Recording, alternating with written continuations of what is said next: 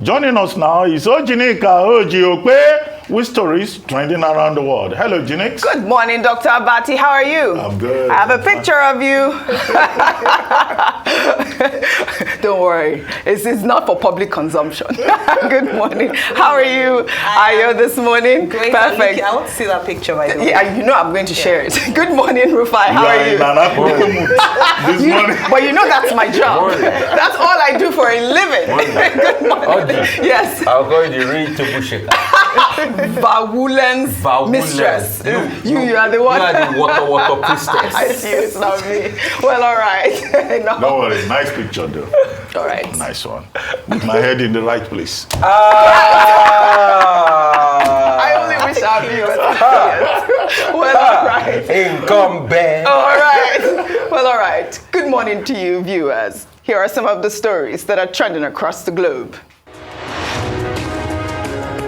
In the United States, President Joe Biden on Tuesday formally announced that he is running for re-election in 2024, asking voters to give him more time to finish the job.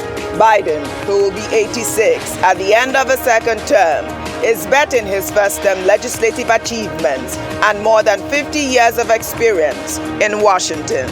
In his first public appearance since the announcement, Biden offered a preview of how he plans to navigate the dual roles of president and presidential candidate. The question we're facing is whether in the years ahead we have more freedom or less freedom, more rights or fewer. I know what I want the answer to be, and I think you do too. This is not a time to be complacent. That's why I'm running for re-election.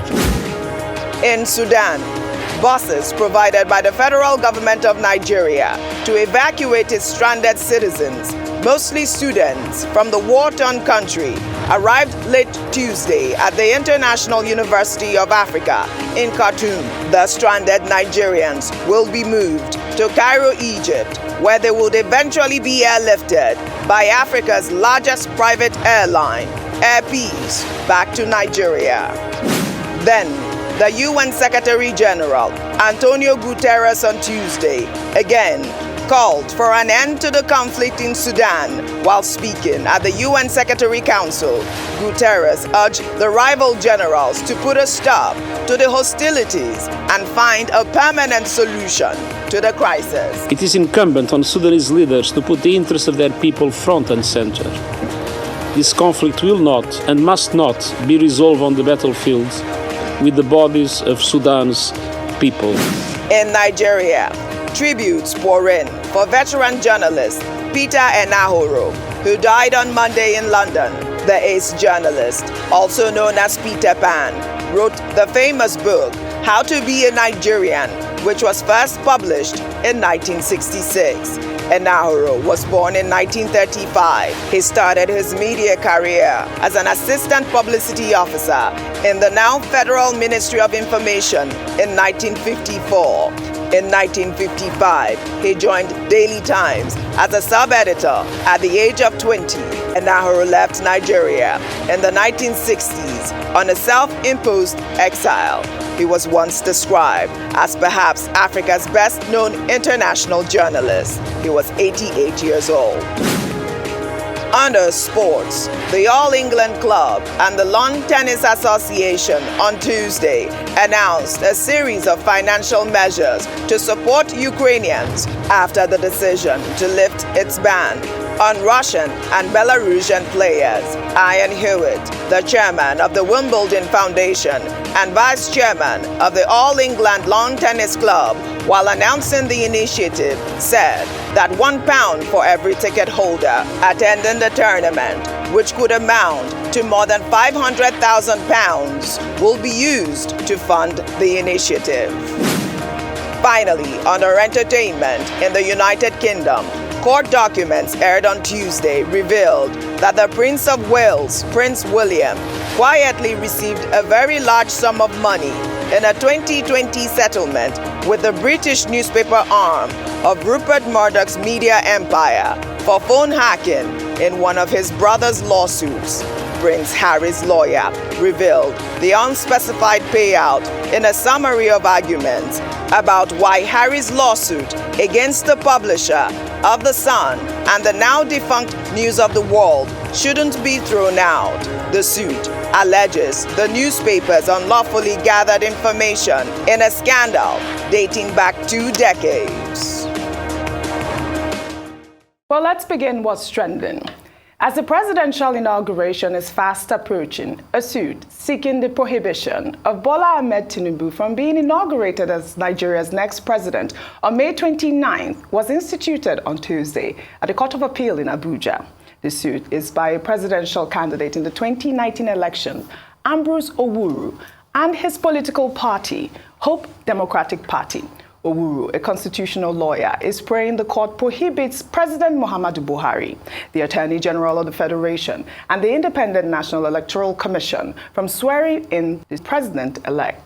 Owuru insists that President Buhari has been usurping his tenure of office since the Supreme Court has not determined his petition filed in 2019, challenging the declaration of Buhari as the winner of the 2019 presidential election. Dr. Bati, it appears that there is nothing that we will not see in Nigeria. I mean, this politician, he's also a lawyer. Well, I mean, number one, where we started Mr. from. Ambrose Owuru is bringing a case before the court, the Court of Appeal, to say, oh, I'm seeking a prohibitory injunction to prevent the inauguration on May 29. Because of an incident in 2019, and he's saying that the court, did not, the Supreme Court did not determine the matter, and therefore, President Muhammadu Buhari, who will be completing his term of office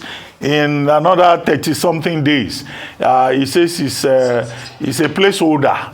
He's an interim placeholder. Well, on the surface of it, what will an ordinary man, a reasonable man, think? Is his case not already academic? So what relief will he be seeking from the court? What relief does he expect the court to grant him? Oh, that, okay, Buhari has done 4 years since 2023. He, Ambrose Owuru, should now be allowed to do another 4 years. There are some cases in court that are considered frivolous and vexatious. And when a matter has been rendered academic, the court will so pronounce. But without prejudice to what is released that is seeking, I think also this is also the point that people make about lawyers. Lawyers will collect any kind of brief, even when the matter is patently, unreasonable to a right-thinking member of our society. Absolutely. So he wants to go to court to stop May 29. Okay, fine. Every citizen under the law can go to court. So when you get there, it's the court in its wisdom that will then decide whether this is a matter. And don't forget, our courts are not just courts of law. The Supreme Court in particular is also a court of public policy. So even from the point of view of a public policy, you didn't take part in the 2023 election. You were not a candidate. You are not saying you are challenging, you are filing a petition. No, you are filing a petition, you are asking for an injunction over election of 2019. So did he not sleep on his rights, even if he has rights to claim? All right. This, to me, is the way I see it. I thought so too when I saw the petition, Ayo. Okay, so I did a little digging, to this man, because many would think he's just come out of of hiding. And I found out that he actually had pursued this matter at the Supreme Court, then went back to the Federal High Court, and I'll tell you what Justice Eko said about him, and then went to the ECOWAS court to pursue this. So this is not the first time he's doing that. He's been pursuing his mandate for a long time. I still haven't found out how much he was able to gather from the votes in 2019 to deem himself as winner, rightful winner of the elections. But here's what Justice Inyang Edem Eko said, and he threw out his case on 3 major grounds. One was that it constituted a gross abuse of court process, as you mentioned, Dr. Bati, statute barred, and was also an affront to the supremacy of the Supreme Court of Nigeria, because he went to the federal court after the Supreme Court had thrown out his case based on technicalities.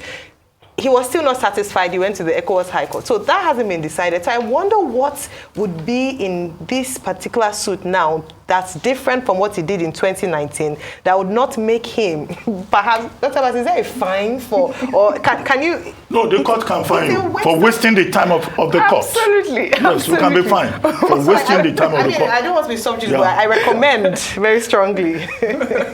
Fine. Well, all right, the development is coming as the social apex Igbo Socio-Cultural Organization, Ohaneze Ndigbo, has accused the President-elect of discrimination following the non-inclusion of an Igbo person in the 14-member committee inauguration set up by Tinubu for the May 29th handover activities. The committee, which includes Bayo Nonuga as the Director of Media and Publicity, is made up of people from regions across the country. The National Vice President of Ohaneze Ndigbo Worldwide, Chief Damian Okeke, described Bola Ahmed Tinubu as a tribalist who has Igbophobia in his veins, adding that Tinubu inherited the Igbo hatred from the incumbent President Muhammadu Buhari. Rufai, the first time I heard that phrase, Igbophobia, was from Nigeria's former President Olusegun Obasanjo at that one-year anniversary of Charles Chukwuma's Soludo. But I guess everyone is sensitive at this point. It's an inauguration committee. I don't know what your thoughts are. Everyone is sensitive at this point, and it has to be said. Yes, we've also raised this. I think it was when Mr. Ayalawo was here. We did raise it with him, and he said, it's just a very small committee just for the inauguration ceremony. That the bigger committee, a lot of Igbos, will be included. So it still remains to be seen. But what we keep calling for is diversity. There's something called federal character in this country. There's a need for diversity across board. But the problem has always been the fact that the Igbos have been greatly marginalized. And I'm happy you made mention of Olusegun Obasanjo when he said that. And he said, he was reprimanded for appointing an Igbo Minister of Finance, an Igbo Central Bank governor, and said, you're giving the economies to Igbos.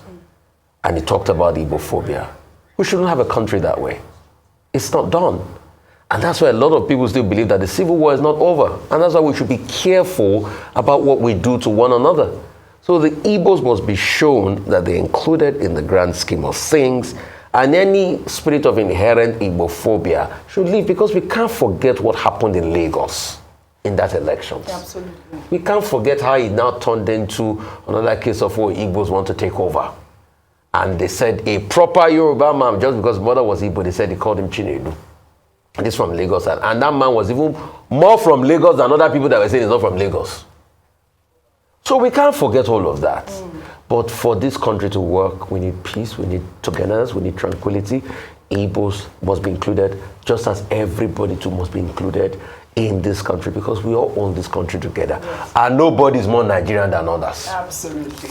Well, unfortunately, that's all I have for you guys today on What's Trending. Thank you very much for your great contribution.